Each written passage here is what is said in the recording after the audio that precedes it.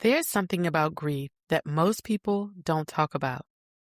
We talk about the main loss, the obvious one, the one everyone can see, but we don't talk enough about everything that comes after, the changes, the ripple effects, the quiet shifts that happen in your life once everything is different.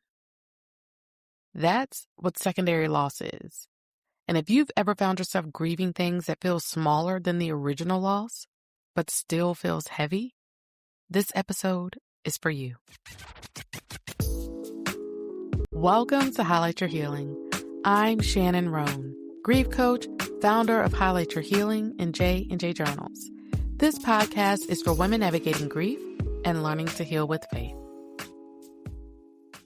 Secondary loss is a loss that follows the primary loss. It's everything that changes because something significant happened. When someone you love dies, the primary loss is that person. When there's a diagnosis, the primary loss might be your health or the life you expected. When a relationship ends, the primary loss is that relationship. But grief doesn't stop there. Secondary loss is what unfolds afterwards. It's the loss of routines.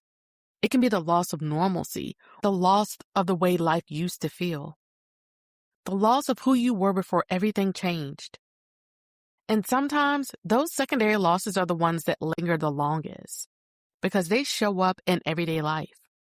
They show up in quiet moments. They show up when you try to move forward and realize something else feels different. Let's say someone loses a spouse. The primary loss is a spouse, but the secondary losses might include the loss of shared routines, the loss of financial stability, the loss of companionship, the loss of how holidays used to feel, the loss of the future you thought you would grow old together. Or think about a medical diagnosis. The primary loss may be your health as you knew it. But the secondary losses can include the loss of independence, the loss of you feeling carefree in your body, the loss of spontaneity, being able to just go and do whatever it is that you wanted to do, the loss of plans that now feel uncertain. And when we don't name these secondary losses, we often end up confused about why we still feel heavy. So you might find yourself thinking, why am I still struggling? Why does this still feel hard? Shouldn't I be further along by now? But you haven't just lost one thing. You've lost multiple things. Grief doesn't only respond to the main event. It responds to everything that changed because of it. And one of those reasons secondary losses can feel so heavy is because it often shows up when you're trying your best to move forward. You might be having a normal day. You're getting through your routine, you're handling what needs to be handled, and then something small happens that reminds you of how different life can feel now. It could be a holiday that doesn't feel the same. It could be seeing someone else living a life that you once imagined for yourself. It could be a conversation where you realize people don't fully understand what you carry. And suddenly, there's a wave of emotion that feels out of place for the moment. That's often secondary loss showing up. Secondary loss doesn't always come as this big emotional breakdown. Sometimes it can show up as frustration or as exhaustion. Sometimes it shows up as a quiet sadness that you can't fully explain. You may notice, you've had less patience for things that once felt manageable.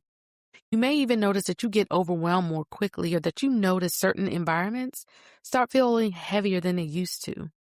And that doesn't necessarily mean that you're becoming a negative person. When life shifts in a significant way, your perspective also shifts. You become more aware of what feels meaningful and what feels draining. You become more aware of how much energy it takes to simply move throughout the day.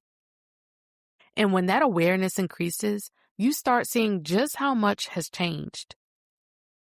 Secondary loss can show up in your relationships. Maybe friendships have changed because you no longer relate the same. Maybe your marriage has changed under pressure. Or maybe certain people stopped showing up the way that you needed them to show up. Those are losses too. You might find yourself in conversations where you feel different. You might notice that certain people, they just don't fully understand your experience. And you might feel like you've outgrown certain dynamics and that can feel lonely. And you might think to yourself, they don't really get it. I don't know how to explain this. I feel different when I'm around them now. That's secondary loss. You're not just grieving what happened, you're grieving how your world feels different within that relationship. And secondary loss can also show up in your identity. So you may feel like you're not the same person that you used to be. You may notice that your priorities have changed. You may feel less connected to the version of yourself who existed before everything happened. And sometimes you miss who you were before you carried the story. Maybe you were more carefree. Maybe you felt more certain about your future. Maybe you moved through life just a little bit different. Missing that version of yourself doesn't mean that you want to go backwards. It simply means that you recognize what has changed. And recognizing that change is a part of processing secondary loss. See, another layer of secondary loss is a loss of expectations, the future you pictured, the timeline you assumed, the life you thought you would be living by now. And when that picture changes, there's grief attached to that. Even if you're rebuilding or moving forward, even if good things still exist, you can still grieve what you thought would be. Grief is layered. And every time life presents you with a reminder of what changed, another layer can surface. You may find yourself grieving a loss of predictability, the loss of certainty, the loss of the assumption that life would work out the way you planned it.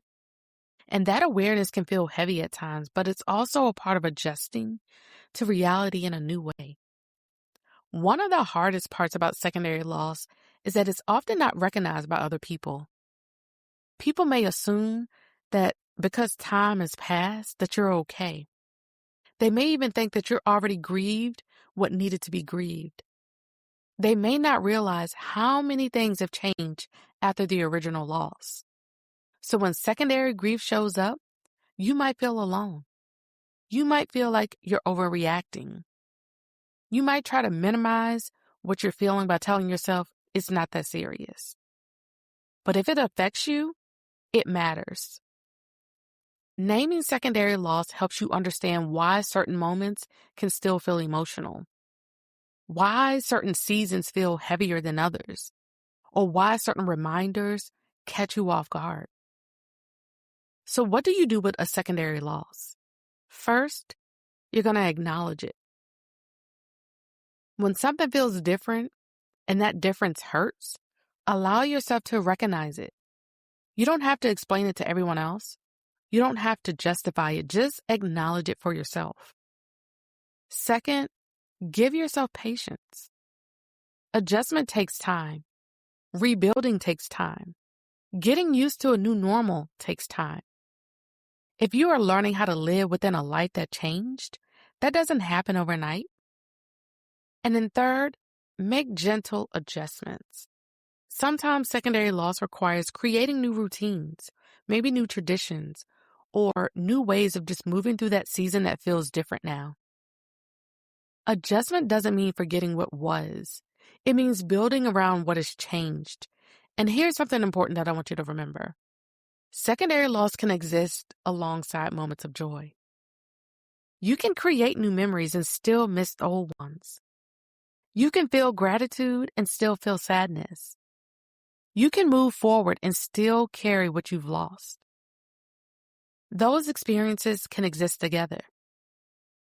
If you've been feeling waves of emotion that don't seem to match your current circumstances, consider whether secondary loss is present.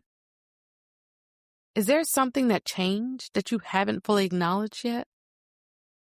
Is there a version of your life that you're still quietly missing? Is there a part of yourself you're still adjusting to? See, grief doesn't always announce itself loudly. Sometimes it shows up in quiet ways. And when you start naming secondary loss, you begin to understand yourself better. You realize that you're not stuck. You're not overly sensitive.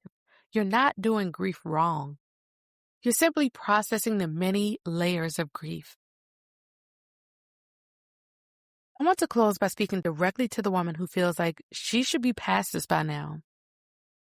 If certain seasons still feel heavy, if certain reminders still catch you off guard, if you still find yourself missing things that you can't fully explain, give yourself patience. Give yourself room to acknowledge what changed. Give yourself permission to move forward honestly. If this episode spoke to you, subscribe to the podcast and share it with another woman who may need this space. And until next time, keep highlighting your healing.